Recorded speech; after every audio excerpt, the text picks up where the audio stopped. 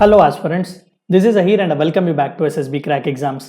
आप सभी सुबह से कंटिन्यूसली न्यूज़ चैनल्स में फॉलो कर ही रहे हैं, हम भी फॉलो कर रहे हैं कि रिसेंटली इंडिया और चाइना के बीच तवांग सेक्टर जो कि अरुणाचल प्रदेश के रीजन में है, वहां पर फिर से इंडिया चाइना का क्लैश हुआ है। तो आज के इस वीडियो में हम इन डिटेल जानने की कोशिश करेंगे कि दरअसल ये क्लैश हुआ कब था, क्या इससे पहले भी तवांग सेक्टर में इस तरीके के क्लैशेस हुए हैं और ऑफिशियल स्टेटमेंट रक्षा मंत्री जी ने क्या दिया हुआ था, और खासकर एलएसी और एलओसी के बीच जो ज्यादातर डिफरेंस होता है या फिर कई बच्चे जो कंफ्यूज हो जाते हैं, मैं उसके बारे में भी क्लैरिफिकेशन देने की कोशिश करूंगा। तो आइए वीडियो को शुरू करते हैं। वीडियो को शुरू करने से पहले आप सभी को एक बार याद दिला दूं कि एसएसबी क्रैक एग्जाम्स के पास एसएसबी इंटरव्यू से related full fledge online course available है, बहुत ही अफोर्डेबल प्राइसेस में है। अपने फ्रेंड्स के साथ भी इन्फॉर्मेशन जरूर शेयर कीजिएगा, जाके चेकआउट कीजिएगा।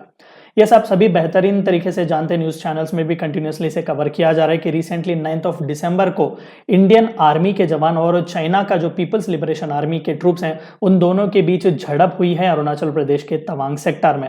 तो हुआ क्या, दरअसल डिसंबर 9 को अर्ली मॉर्निंग कपल ऑफ नहीं, दरअसल 300 से 400 पीएलए के जो आर्मी के ट्रूप्स हैं चाइना के, उन्होंने लाइन ऑफ एक्चुअल कंट्रोल को ट्रांसग्रेस करने की कोशिश की है। दरअसल line of actual control India और चाइना के बीच का बॉर्डर माना जाता है। तो सबसे पहले हम उस डाउट को क्लैरिफाई करते हैं कि एलओसी और एलएसी होता क्या है। देखिए, एलओसी जो है ना, वो डिमार्केटेड मिलिटरीली मार्क्ड फ्रंटियर है। फॉर एग्जांपल इंडिया और पाकिस्तान ऑक्युपाइड जम्मू एंड कश्मीर के बीच, यहां पर आप देख सकते हैं, आप इसे एलओसी कहेंगे। मैं आपको फर्दर भी इसके बारे में एक्सप्लेन करूंगा। एंड सिमिलरली एलएसी जो है वो दरअसल क्लियरली डिमार्केटेड लाइन नहीं है इंडिया और चाइना के बीच। एक बात तो आपको पता चल गई कि एलओसी और एलएसी दोनों ही बॉर्डर्स हैं। एलओसी जो है वो इंडिया और पाकिस्तान के बीच है, सिमिलरली एलएसी जो है वो इंडिया और चाइना के बीच है। तो एलएसी दरअसल जो है लाइन ऑफ एक्चुअल कंट्रोल इसे कहा जाता है, और ये दरअसल not officially demarcated line of control माना जाता है for borders between India and China. So India और चाइना के बीच एक फ्रंटियर माना जाता है। तो पहली बार इसका आइडिया 1993 में आया हुआ था। इवन इंडिया चाइना वॉर जब हुआ था, चाइना दरअसल रेडी नहीं था एक्सेप्ट करने के लिए कि इंडिया के साथ उसके बॉर्डर के डिस्प्यूट्स हैं। वो दरअसल लद्दाख और अरुणाचल प्रदेश के रीजन को वो अपना ही बताता है, लेकिन इंडिया का ये तो राइटफुल क्लेम है, लेजिटिमेटली इंडिया इन दोनों को अपनी ही टेरिटोरियल सॉवरेनिटी के अंडर कंसीडर करता है। तो 1993 में पहली बार इस आइडिया को लाया गया था, और वहां पर दोनों साइड्स ने एग्री किया कि हाँ, बॉर्डर का डिस्प्यूट है, और वहां पर लाइन ऑफ एक्चुअल कंट्रोल को जो है वो डिमार्केट किया गया था। यानी कि क्लियर सेटलमेंट लैंड का यहां पर नहीं दिया गया, दोनों पोजीशंस दोनों कंट्रीज के बीच के। तो रफली यहां पर आप देख सकते हैं, लद्दाख के रीजन से होते हुए अरुणाचल प्रदेश तक के रीजन को एलएसी बॉर्डर हम जरूर कह सकते हैं। सो मूविंग एट एलओसी की अगर हम बात करें, तो लाइन ऑफ कंट्रोल जो है वो कश्मीर वॉर के बाद डिमार्केट की गई थी।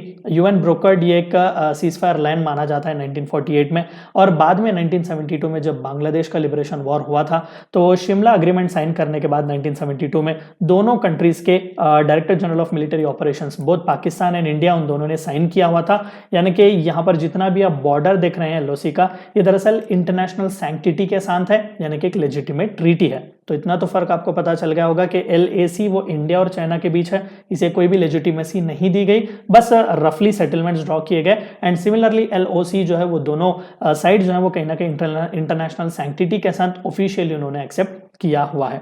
सो मूविंग अहेड, जो अभी क्लैश के बारे में हम देख रहे हैं कि तवांग सेक्टर में जो क्लैश हुआ है वो किस तरीके से हुआ, कब हुआ, उन सभी के बारे में जानते हैं। तो दिसंबर 9 को अर्ली मॉर्निंग 300 के आसपास से हेविली आर्म्ड चाइनीज आर्मी के ट्रूप्स जो है वो इन्फिल्ट्रेट करने की कोशिश करते हैं लाइन ऑफ एक्चुअल कंट्रोल को। यहाँ पर आप देख सकते हैं अरुणाचल प्रदेश में ये है तवांग रीजन। तो यहाँ पर उन्होंने ट्रांसग्रेस करने की कोशिश की हुई थी, आहिस्ता से आगे बढ़कर इंडियन टेरिटरी को हड़पने की उन्होंने कोशिश की हुई थी, लेकिन उन्हें पता नहीं था कि इंडिया के जवान वहां पर ऑलरेडी तैनात हैं, रेडी हैं, जिन्होंने उन्हें मुंह तोड़ जवाब दिया हुआ है। एंड सिमिलरली मूविंग अहेड, पिछले 30 महीने से भी मिलिट्री कॉन्फ्लिक्ट्स यहाँ पर हो ही रहे हैं। कपल ऑफ ईयर्स हमने देखा कि डोकलाम स्टैंड ऑफ भी हुआ था इंडिया चाइना के बीच। सिमिलरली गलवान वैली में ब्लडी एक दूसरे के साथ हमने झड़प की हुई थी, और उसके बाद ये जो है ना मेजर क्लैश इंडिया और चाइना के बीच माना जा रहा है। और सिंस देन चाइना कंटिन्यूसली अपने मिलिट्री पोजिशंस जो है ना पूरे ईस्टर्न साइड इंडिया के, वो अपने बॉर्डर्स के पास पेट्रोलिंग भी बढ़ा रहा है और अपनी स्ट्रेंथ भी, मिलिट्री स्ट्रेंथ भी बढ़ाने की कोशिश कर रहा है। तो ये फिजिकल स्टैंड ऑफ जो फिर से हुआ है है गलवान के बाद अब ये मेजर क्लैश माना जा रहा है। तो यांगस्टे रीजन में यहाँ पर आप देख सकते हैं ये भी उसी तवांग सेक्टर का ही रीजन है। तो this was actually the exact place जहाँ पर दोनों के आर्मी के जवान जो थे वो झड़प हुए थे, इंडियन आर्मी के जवान और उनके PLA के ट्रूप्स। तो लगभग 300 से 400 सोल्जर्स वहाँ पर पीपल्स लिबरेशन आर्मी के लाइन ऑफ एक्चुअल कंट्रोल को उन्होंने क्रॉस करने की कोशिश की हुई थी, लेकिन अपने जवान वहाँ पर ऑलरेडी रेडी थे जिन्होंने मुंह तोड़ जवाब दिया और वहाँ पर फर्म और रेजोल्यूट आंसर उन्हें दिया कि यहाँ से तुम्हें वापस चले जाना चाहिए। एंड सिमिलरली यहाँ पर किसी भी तरीके की फैटेलिटी जो है वो रिपोर्ट नहीं की गई है। रक्षा मंत्री जी ने भी एक क्लैरिफिकेशन दिया है। चाइना के साइड ने भी ये कहा है कि हाँ थोड़े बहुत झड़प हुई है, फिजिकल क्लैशेस हुए हैं, तो फ्रैक्चर्ड लिम्स और अदर इंजुरीज हुई हैं। चंद न्यूज़ चैनल्स ने ये भी रिपोर्ट किया सोर्सेस के द्वारा कि 6 इंजूर्ड सोल्जर जो है ना हमारे जवान वो इंजूर हुए हैं, जिन्हें मिलिट्री हॉस्पिटल गुवाहाटी में भेजा गया है और वो जल्द से जल्द रिकवर हो जाएंगे।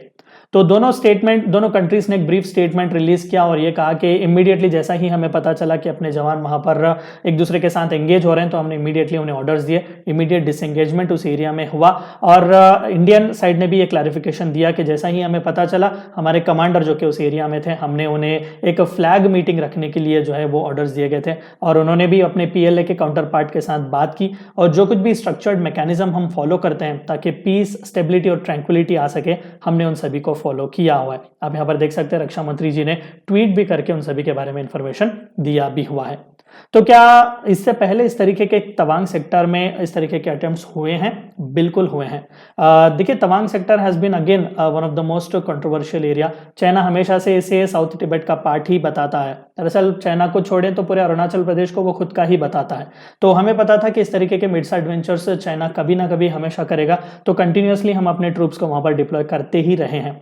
जब भी मौका मिलता है चाइना इंट्रूड करने की कोशिश करता है, ट्रांसग्रेस करने की कोशिश करता है और जो कोई भी हमारे इंडियन साइड के अनऑक्युपाइड बंकर्स होते हैं उन्हें डिस्ट्रॉय करने की कोशिश करता है और इंफ्रास्ट्रक्चर जो कुछ भी इंडियन साइड खासकर इस पूरे LAC के रीजन में जो हमने बनवाए हुए हैं उन सभी को वो बर्बाद करने की कोशिश करता है। लेकिन हर बार कहीं ना कहीं उन्हें मुंहतोड़ जवाब हमारे इंडियन जवान ने ऑलरेडी दिया हुआ है।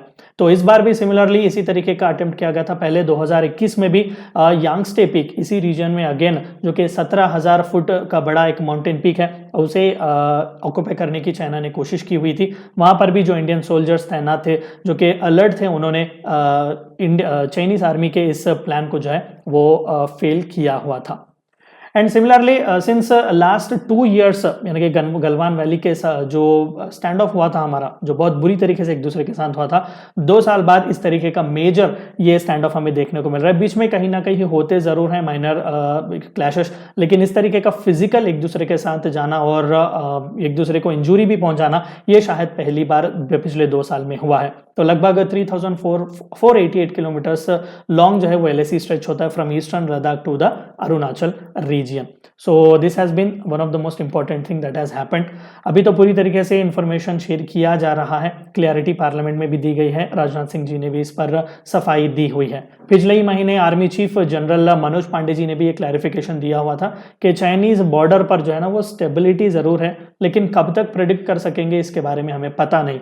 It is stable but unpredictable, क्योंकि पीपल्स लिबरेशन आर्मी जो है ना वो अपने फोर्सेस रिड्यूस नहीं कर रहा है, कंटिन्यूसली वो अपने आउटपोस्ट वहां पर बना रहा है, अपने मिलिट्री प्रेजेंस को वहां पर बढ़ाने की कोशिश कर रहा है ताकि उसकी ट्रूप मोबिलिटी अच्छी हो, कनेक्टिविटी भी अच्छी हो और स्लोली वो इंफ्रास्ट्रक्चर भी वहां पर डेवलप कर रहा है। लेकिन ऑन द सेम लाइंस अपने इंडियन वाले भी रेडी हैं वहां पर किसी भी तरीके का मुंहतोड़ जवाब देने के लिए।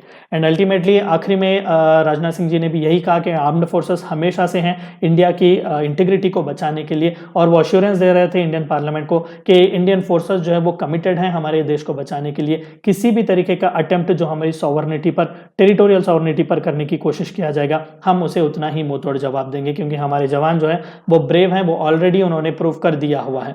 एंड अपार्ट फ्रॉम दैट जो कोई भी डिप्लोमेटिक चैनल्स हैं जिसके द्वारा हम चाइना के साथ बात कर सकते हैं और यहाँ पर स्टेबिलिटी लाने की कोशिश कर सकते हैं, हम वो भी कर रहे हैं। तो ये थी चंद बातें जो आपको जानी थी इस तवांग क्लैश के बारे में। वीडियो को एंड करने से पहले आपको एक और बार याद दिला दूं कि एसएसबी क्रैक एग्जाम्स के पास एसएसबी इंटरव्यू से related full fledge online course available है, बहुत ही अफोर्डेबल प्राइसेस में। And apart from that we also have courses like NDA, CDS, officers training academy, territorial army, ACC, MNS, AFCAT. Please do go and check out. So Warrior 10 is a code which you should use so that you get 10% discount. Meet you in the next session. Until then, stay healthy, stay safe. Thank you for watching my lecture. जय हिंद। अगर आप एक defence aspirant हैं और SSB interview NDA, CDS, FCAT जैसे exams के लिए prepare कर रहे हैं तो आप SSB क्रैक एग्जाम्स के कोर्स को चेक करना ना भूलें। आप हमारी लर्निंग एप्लीकेशन को गूगल प्ले स्टोर से भी डाउनलोड कर सकते हैं।